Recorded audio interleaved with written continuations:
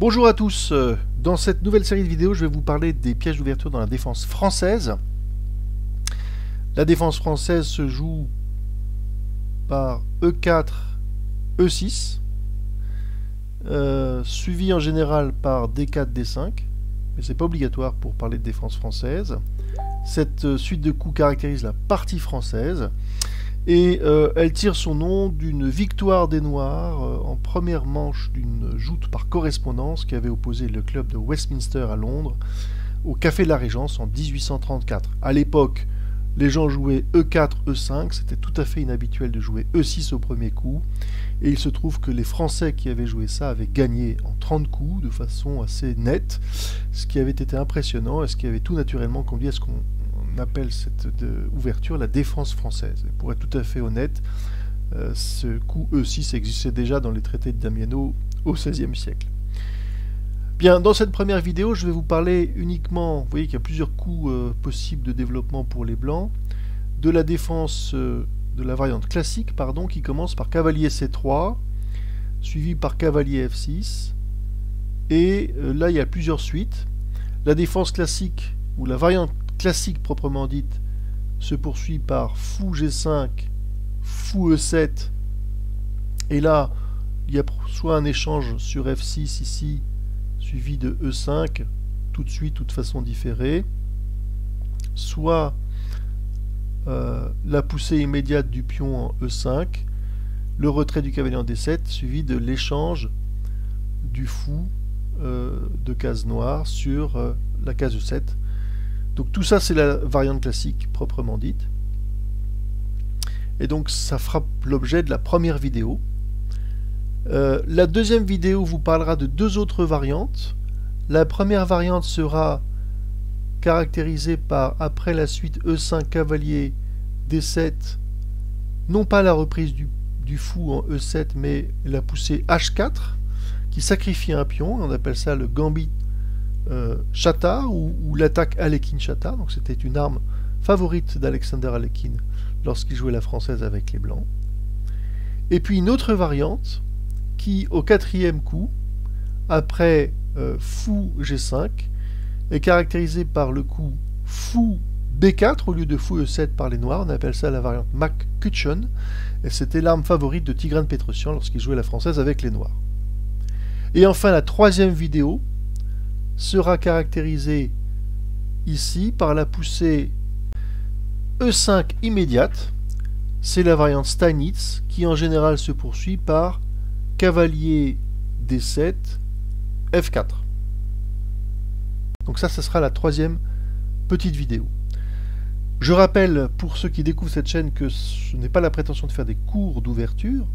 C'est fait par d'autres personnes bien plus compétentes que moi, et je vous mets ici un lien francophone d'excellente qualité sur la défense française, qui plus est défendu par un joueur qui la pratique et qui est capable d'en développer les idées stratégiques de façon très simple. Donc je vous encourage à voir cette vidéo qui est de remarquable, cette série de vidéos qui est de remarquable qualité.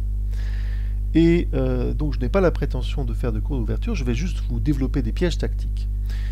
D'avance, toutes mes excuses aux joueurs chevronnés qui verront ces vidéos, qui sont principalement destinées aux amateurs. Ils reverront des suites qu'ils connaissent par cœur, des sacrifices probablement triviaux pour eux, mais qui, pour les débutants, sont très instructifs. Je pense en particulier au sacrifice grec. Et je voulais pour finir remercier Philippe Ketchmaker qui regarde toutes mes préparations à ces vidéos, qui corrige les suites approximatives, qui régulièrement est assez exigeant sur la notion de piège. C'est vrai que c'est compliqué d'appeler, de discriminer un piège d'une séquence tactique gagnante qui succède à un coup en apparence bon de l'adversaire. Est-il vraiment tombé dans un piège en jouant entre guillemets normalement? Probablement que oui, mais tout ça est sujet à caution et c'est pas l'objet du débat. L'objet, au final, c'est de vous montrer des suites tactiques dans les ouvertures et des gains tactiques et des séquences spectaculaires et, je pense, agréables et instructives pour les débutants. Donc sans plus attendre, voyons la toute première série de pièges dans cette variante classique de la défense française.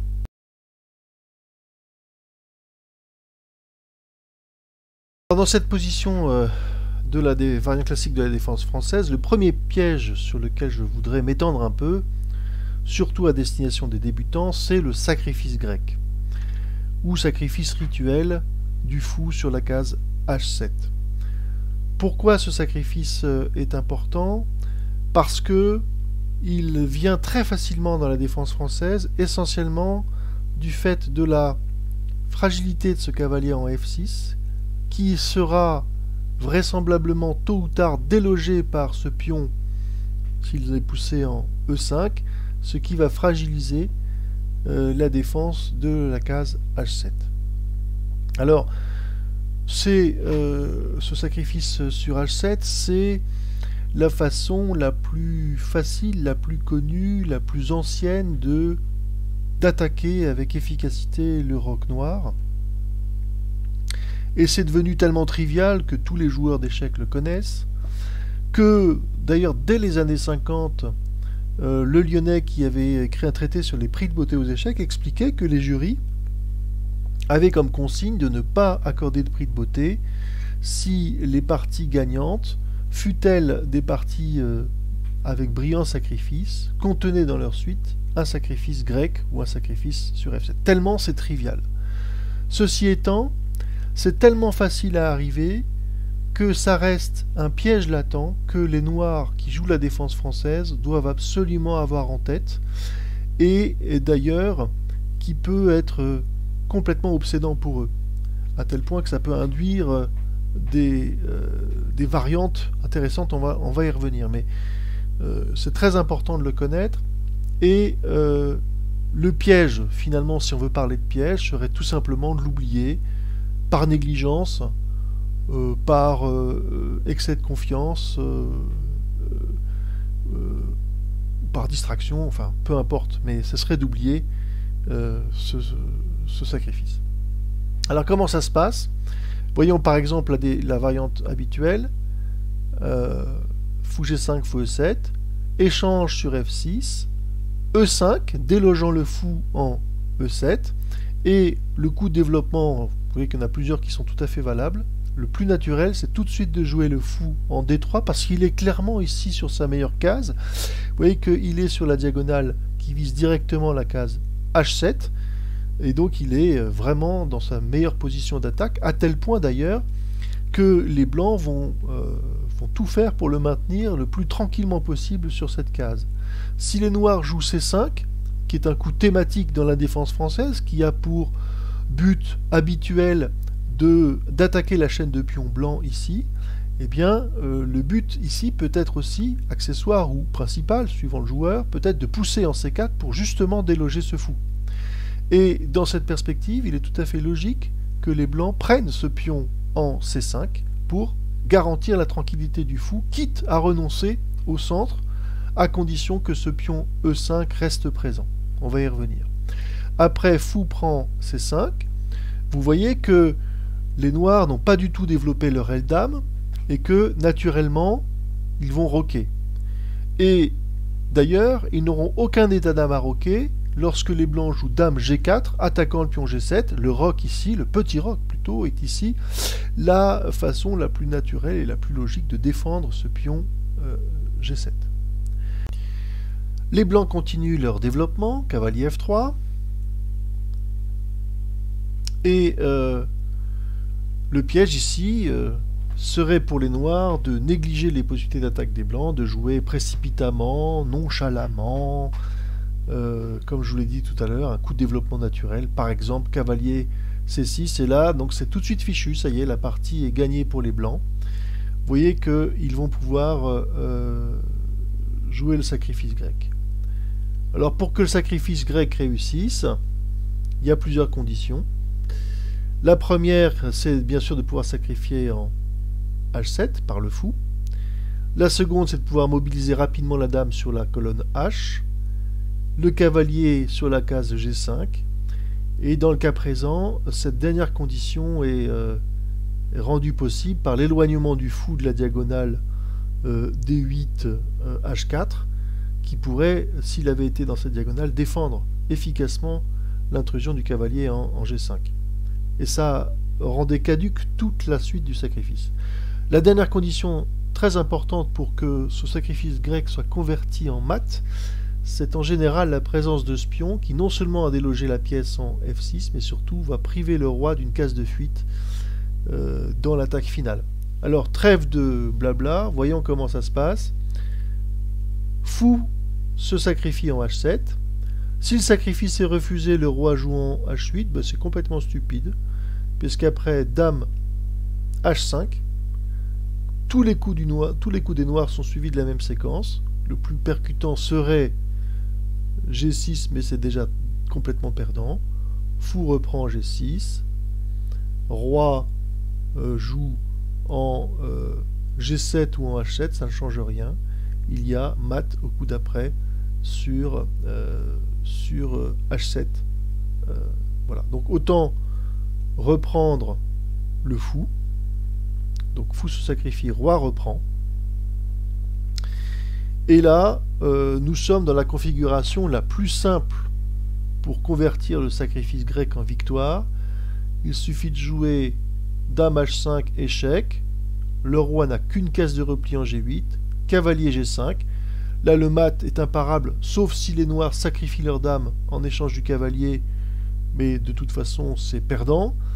Donc s'il joue par exemple tour E8 en espérant offrir au roi une possibilité d'échappatoire, ça ne marchera pas, mais ça oblige les blancs à modifier leur séquence et à jouer non pas dame H7, mais dame F7. Ce coup est très important pour deux raisons. D'abord, il supprime ce pion F7 et va rendre la 7e rangée libre de tout obstacle pour l'attaque finale. Et la seconde, c'est de repousser le roi en H8 pour continuer à garder l'initiative. Dame H5 refait échec, le roi se remobilise en G8. Maintenant, on peut jouer dame H7 et après roi F8, pardon, toujours le seul coup forcé. Dame H8 échec, roi E7, encore une fois défense forcée, et la reprise du pion en G7 fait mat grâce à la suppression préalable du pion en F7. Et le mat est, vous voyez, facilité par la présence de ce pion. Donc ça, c'est la défense française complètement ratée par les noirs, puisque le sacrifice grec au 10e coup a été converti en mat. Et c'est pas du tout la suite la plus percutante, la meilleure, mais juste pour vous montrer quand même la robustesse de ce sacrifice grec. Après la reprise du fou ici en H7, il y a des positions qu'on verra où la dame n'est pas présente tout de suite sur G4, mais où elle est par exemple en D1. Et donc naturellement, les gens qui connaissent ce sacrifice grec peuvent jouer G5. C'est pas du tout le meilleur coup, cavalier G5, pardon. C'est pas du tout le meilleur coup ici, mais ça marche quand même. Pour vous montrer quand même la robustesse de cette suite. Le seul inconvénient de ce coup, c'est que le roi a plusieurs cases de fuite. Par exemple ici en H6. Mais il suffit de garder coûte que coûte l'initiative en faisant des séries d'échecs pour tout de suite trouver la bonne suite. Dame H4, roi G6, F4 pour menacer un match par dame H7, qui peut être paré par tour H8. La dame se réfugie sur la colonne G, par exemple en G3, mais ça pourrait être en G4, ça change rien. Et vous voyez qu'ici, il y a une possibilité d'échec à la découverte par cavalier prend E6, qui gagnerait la dame au coup d'après. Et donc, les noirs peuvent la négliger, ne pas la voir, et donc c'est fini. Mais s'ils jouent par exemple F5, qui est finalement la meilleure défense, ils perdent leur dame et donc la partie. Et s'ils jouent au contraire après dame H3, dame E7, donc pour préserver leur dame, eh ben, elles se font mater. Après cavalier prend E6, et toutes les cases de repli du roi conduisent au mat. Par exemple, roi F5, cavalier G7, échec et mat. Ou roi H7, dame prend G7, échec et mat. Ou roi H5, Là, on ne peut pas mater directement sur G5. Donc on fait Dame F3, Roi H6, Dame H3, Roi G6, c'est le pion en F5 qui mate. Donc vous voyez que tout ça pour vous montrer qu'on est dans une position très favorable au final de gain pour les blancs. Et ce sacrifice grec est tout à fait robuste dans cette condition particulièrement favorable. Autre exemple de sacrifice grec dans cette variante classique de la française, à peine différent, mais ce thème est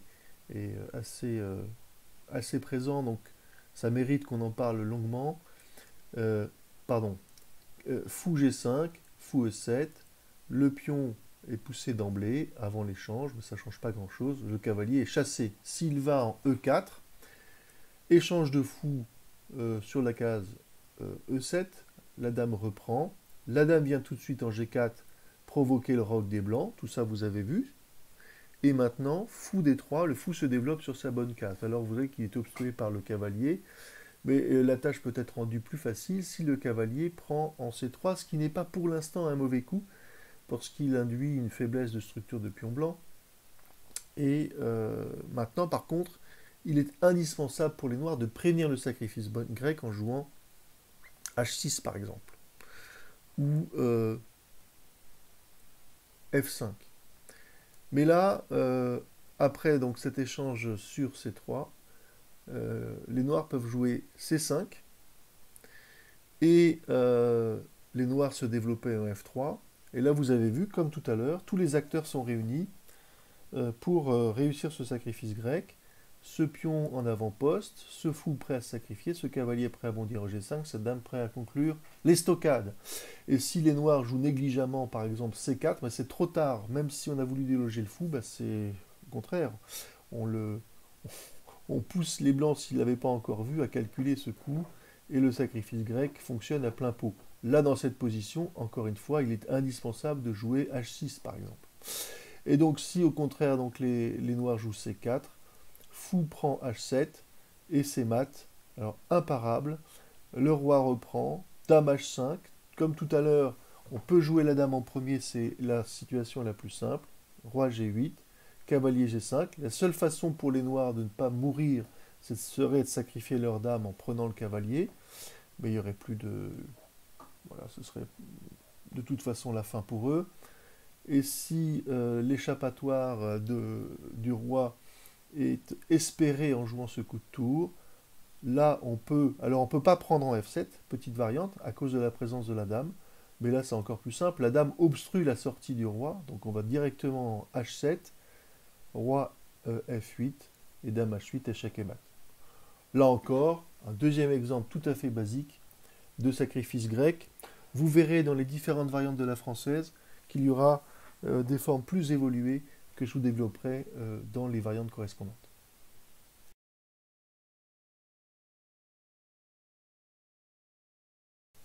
Donc on revient à cette position de la défense française dans sa variante classique. Fou G5, fou E7, échange sur F6.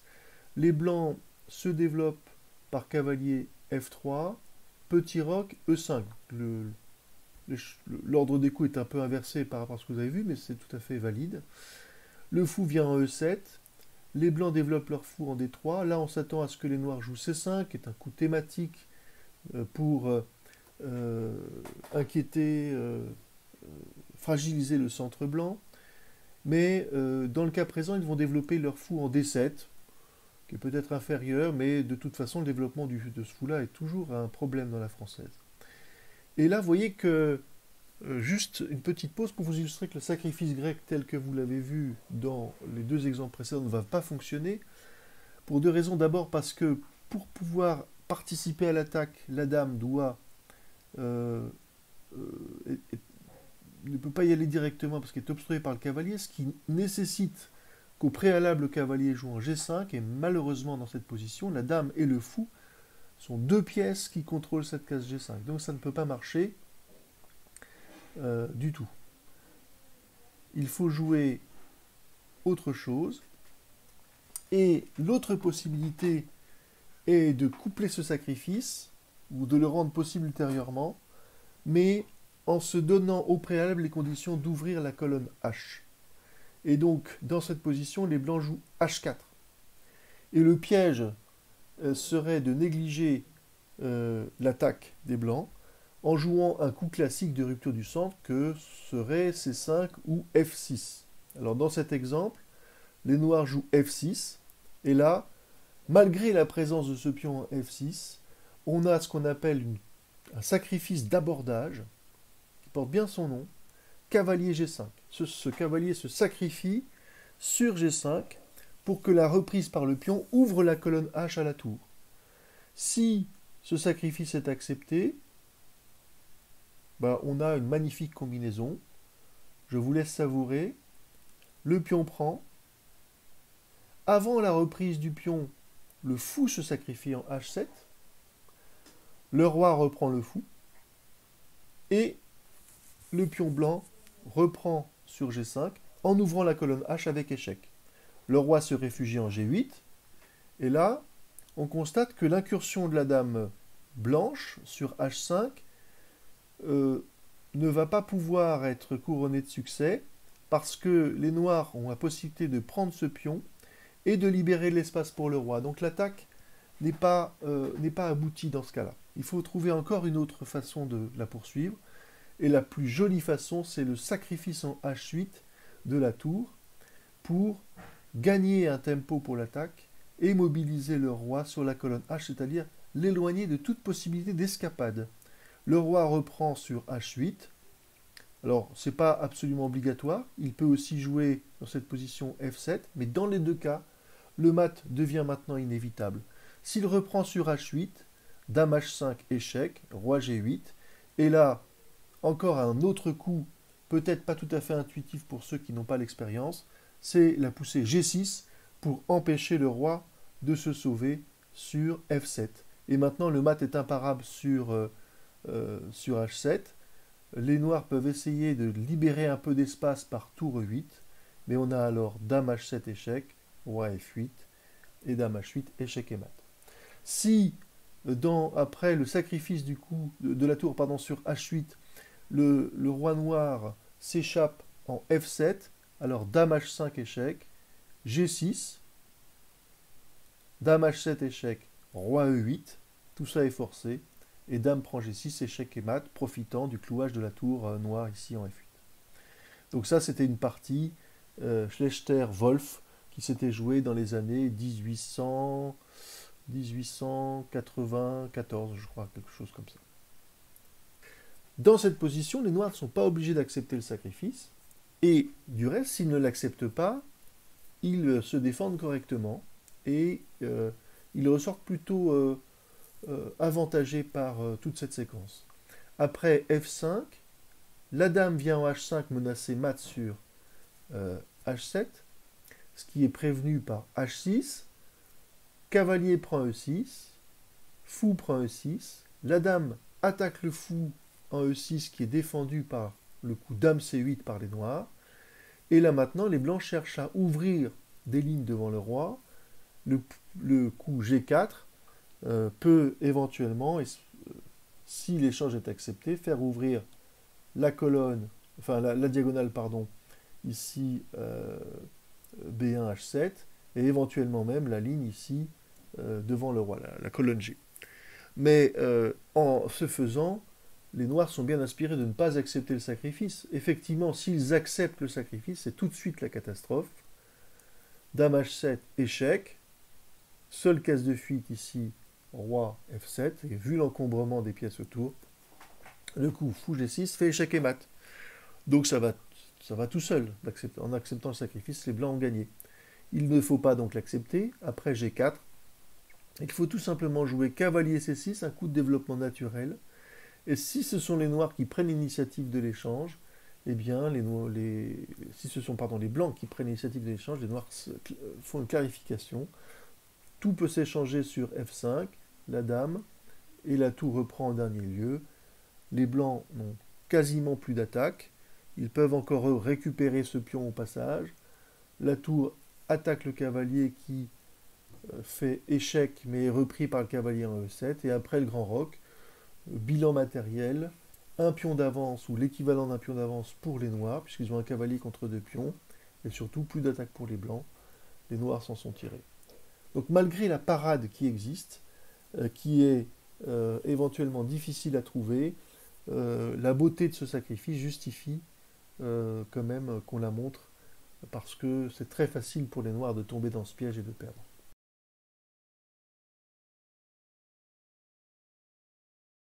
Bien, donc nous revoilà au début de la défense, de la variante classique de la défense française, après fou G5, fou E7, échange sur F6, poussée du pion E5 et repli du fou en E7. Les blancs peuvent jouer dame G4, et après le petit roc des noirs, fou D3. Bon, l'ordre du coup est un peu inversé, ça ne change pas grand chose. Là, on s'attend à ce que dans cette position, les blancs jouent le coup de pion C5, qui est une manœuvre classique destinée à fragiliser le fort centre blanc de pion ici, et accessoirement à pousser en C4 pour interroger le fou de case blanche. C'est ce type de manœuvre, la destruction du centre, par les pions C et F qui vous est figuré ici.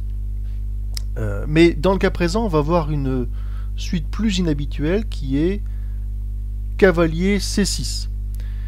Alors si on y réfléchit 2 secondes, à quoi sert ce coup? Tout simplement à tout de suite chercher l'échange avec le fou de case blanche en jouant cavalier B4. Et ça provoque un piège, puisque les noirs peuvent être tentés, pour protéger leur fou, vous avez vu combien ce fou était très utile pour les attaques violentes sur le roc, et en particulier le sacrifice grec, donc ils vont jouer A3, un coup prophylactique, pour empêcher l'intrusion du cavalier en B4. Mais ce faisant, ils vont perdre du matériel, ils vont perdre au moins un pion. Après la suite F5, le pion reprend en passant. Au passage, le centre blanc est déjà fragilisé. Fou reprend, et vous voyez que le deuxième pion du centre blanc est fragilisé, est inquiété, et il est même perdu. Si les blancs s'y accrochent et cherchent à le défendre, ça ne fait qu'aggraver les choses.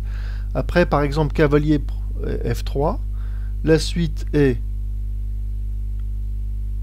E5. Vous voyez que ce pion libère la diagonale ici et met la dame en vis-à-vis avec le fou, donc il y a une attaque à la découverte de la dame.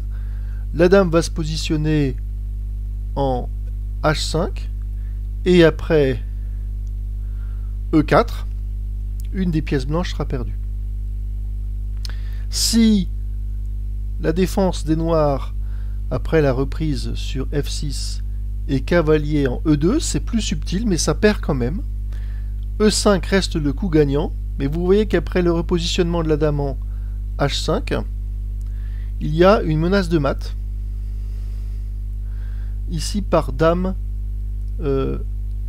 prend H7. Et donc, il ne faut pas reprendre, il ne faut plus perdre de temps à reprendre le pion D. C'est trop tard. Il faut pousser en E4 pour attaquer le fou. S'il ne veut pas être perdu, le fou n'a qu'une seule case de repli, qui est la case B5. À ce moment-là, cavalier prend, cavalier reprend, fou reprend, et là il y a une double menace, prise du pion en F2 avec échec au roi, et poussé en C6 attaquant le fou. Les blancs peuvent jouer énergiquement par dame prend D5, récupérant le pion de retard. La dame reprend en D5, cavalier reprend la dame, fou prend pion, roi en D2, C6 fourchette, et là le cavalier joue en E7 faisant échec, et donc pouvant sauver le fou au coup d'après. Roi H8, cavalier prend C8, encore une petite erreur, puisque là le fou est repris et ce cavalier est perdu. S'il revient en D6, il sera attaqué par une des tours sur la colonne D, et donc il se sacrifie en A7, et au final les blancs ont bien perdu une pièce. Toute cette longue séquence pour vous expliquer tout simplement que après cavalier C6, le coup A3 est une perte de temps, et même pire pour les blancs.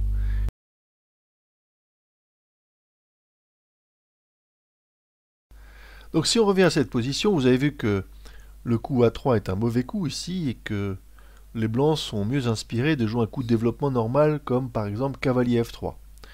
Ce faisant, ils autorisent les noirs à jouer cavalier B4 et ils renoncent à leur fou de case blanche. La meilleure suite est alors de faire le grand roc pour reprendre le fou avec la tour supposée participer à une attaque sur l'aile roi en glissant comme ça de la colonne D aux colonnes G ou H. Après la reprise du pion, alors après C5 pardon, et la reprise du pion en C5, le fou reprend et les blancs peuvent gagner quelques petits tempi pour l'attaque en repositionnant des pièces sur l'aile roi blanche avec un gain de temps. Par exemple, ici le cavalier en E4 va attaquer le fou, il ne peut pas être repris à cause du clouage ici du pion D5, et le fou retourne en E7 pardon, avec un cavalier qui est maintenant bien placé pour l'attaque ici en E4 et qui pour l'instant est intouchable. Les blancs en profitent pour jouer cavalier FG5. Et donc là, vous voyez que l'attaque arrive à grands pas. Et il peut être dans cette position très désagréable pour les noirs de voir arriver comme ça 4 pièces potentielles à l'attaque. Vous savez qu'il y a un adage qui dit que 3 pièces sur le roc égale mat. Là, vous en avez 4 qui sont susceptibles d'arriver. Et donc, il est très tentant dans cette position très humain, j'allais dire, de paniquer et de vouloir tout de suite en chasser l'une d'entre elles.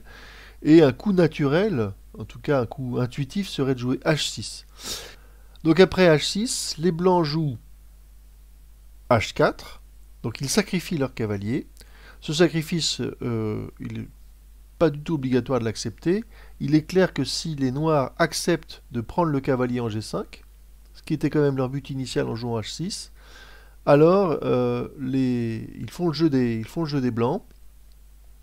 Les blancs, tout simplement, continuent par pion reprend, et vous voyez que la dame peut très rapidement se positionner sur la colonne H avec une menace très forte sur le roi noir.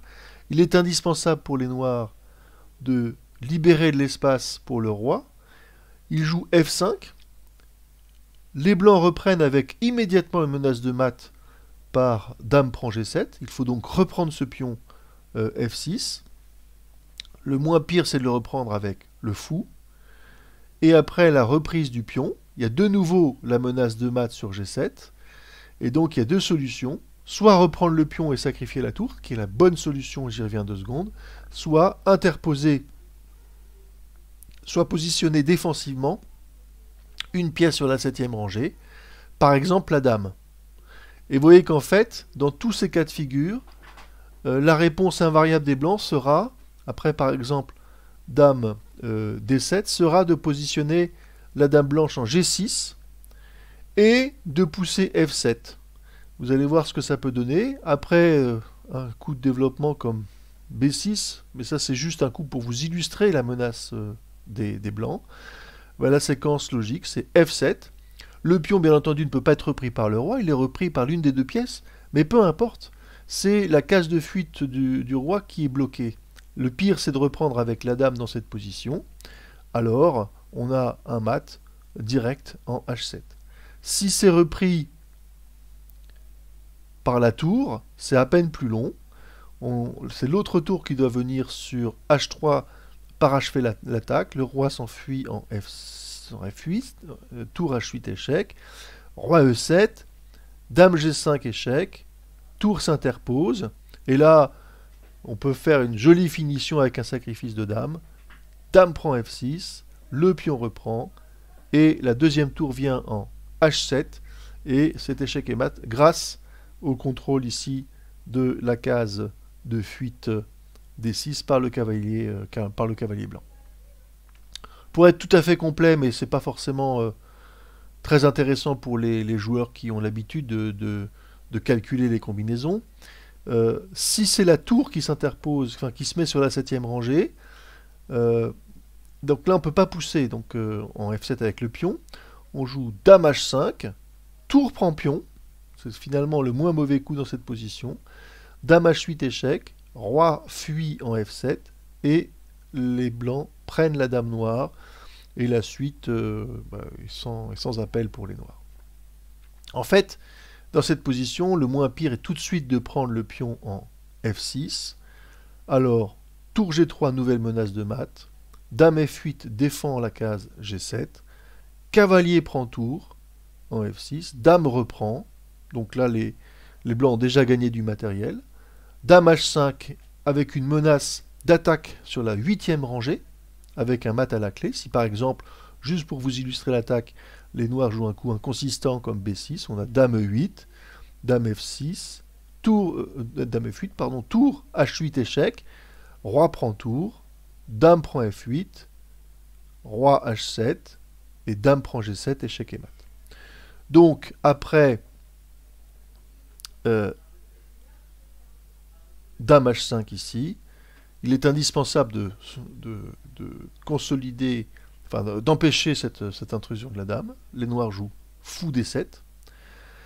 Alors, Dame H8 échec, Roi F7, Dame prend A8, prise de la deuxième tour, et mat quelques coups plus tard, par exemple, échec de consolation ici sur F4, Roi B1, Dame E7, tour F3. Pourquoi? Parce que dans cette position-là, il y avait la menace tout de suite de gagner la dame ici en jouant tour F3. Mais tour F3 quand même après Dame E5 ici.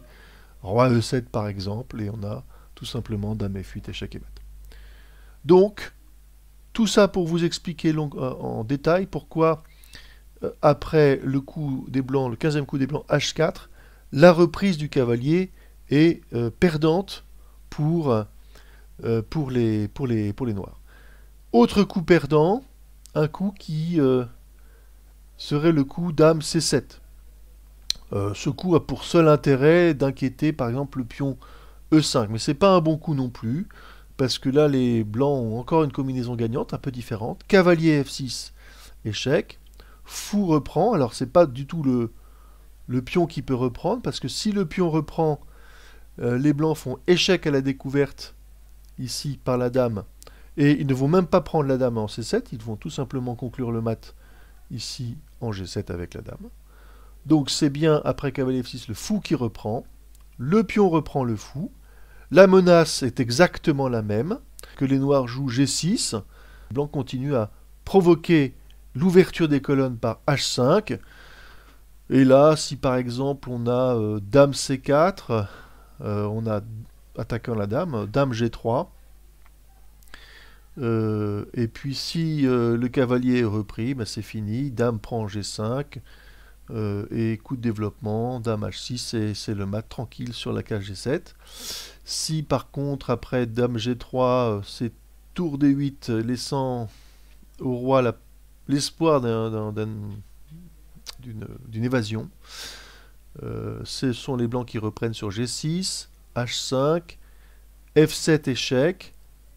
Le roi peut se réfugier en H8, mais s'il se réfugie en H8, alors tour H5 fait tout de suite échec et mat.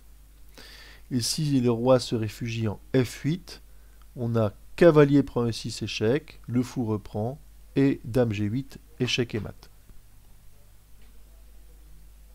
Bien, je viens de passer beaucoup de temps à vous montrer une série de combinaisons flamboyantes des blancs qui massacrent littéralement le roi noir et qui sont la conséquence d'un mauvais coup en fait, qui est le coup H6. Je vous dis, il y a un principe général qui dit qu'il ne faut pas pousser les pions du côté où on est le plus faible. Et là, clairement, les noirs sont très très faibles à l'aile droite.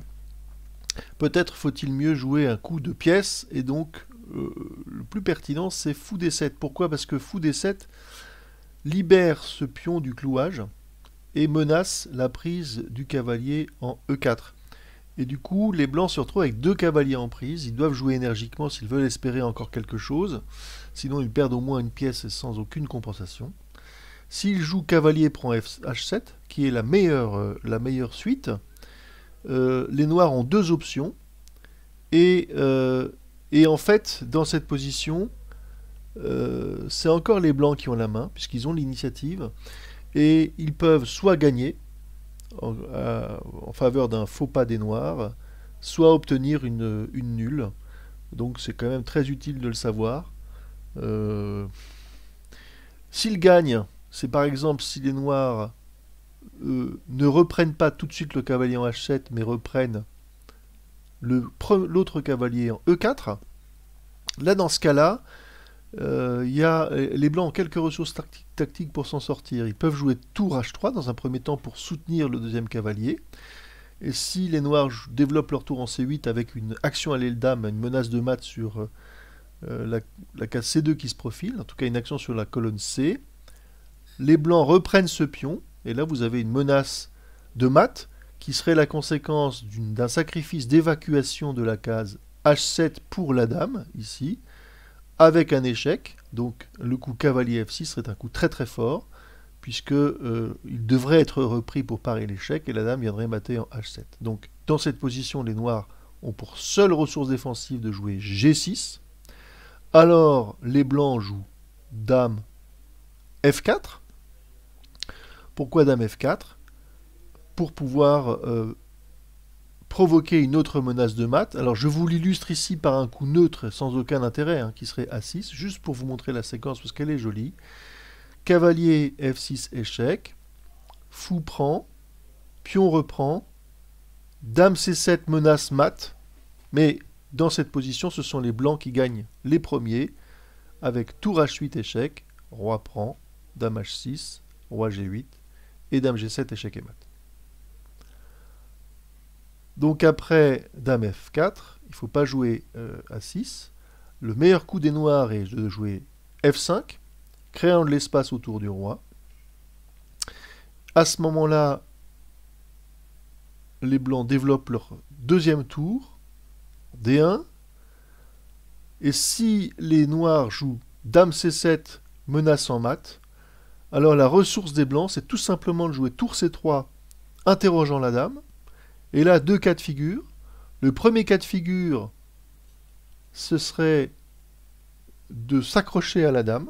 Si par exemple les noirs jouent dame D8, alors tour prend C8, dame reprend la tour, donc la dame est absolument sauvée, on est d'accord. Et le cavalier blanc reprend la seconde tour, il est repris par exemple par le fou, et le bilan matériel, c'est une tour et deux pions pour les blancs contre deux fous pour les noirs. C'est à peu près équilibré. La partie n'est pas perdue. Il y a la paire de fous pour les noirs contre une tour et plusieurs pions pour les blancs. Si par contre les noirs renoncent à leur dame, après tour C3, ils s'en tirent encore mieux. Par exemple, ils prennent le cavalier en H7, tour prend dame, tour reprend tour en C7, et l'avantage matériel est du côté des noirs. Ils ont une tour et deux pièces mineures contre une dame et deux pions. Donc c'est sensiblement pareil, mais léger avantage noir. S'ils reprennent le cavalier en H7, alors tour H3, échec, roi G8, dame H5, menace de mat sur la colonne H, F5 pour donner de l'espace au roi et attaquer le cavalier avec un pion supplémentaire, et là, les blancs ne peuvent rien espérer de mieux qu'un échec perpétuel, à moins que les noirs fassent une grosse gaffe. Alors l'échec perpétuel, ça pourrait être dame H8, roi F7, dame H5, roi G8, dame H8, etc. La gaffe, ce serait, par exemple dans cette position, de jouer G6, où là c'est la catastrophe, parce que dame H7, roi E8, dame prend G6, échec, tour s'interpose, tour H8 échec, fou s'interpose en F8, cavalier D6 échec, roi se sauve en E7, et dame prend F7, échec et mat. Pour vous dire quand même que avoir l'initiative, et même quand on a deux pièces en prise, ça reste toujours très intéressant. Et au final, dans cette position, les blancs gagnent, et s'ils n'ont pas gagné, ils ont obtenu la nulle. Mais vous aurez compris que, en dépit de l'armada de pièces blanches ici contre le roi noir, et même si les noirs jouent de façon imprécise, ils ont toujours la possibilité de s'en tirer. Et que je pense la moralité de toute cette séquence, c'est de souligner combien le fou de case blanche des blancs est vraiment important pour concrétiser facilement une attaque sur le roi noir dans la défense française.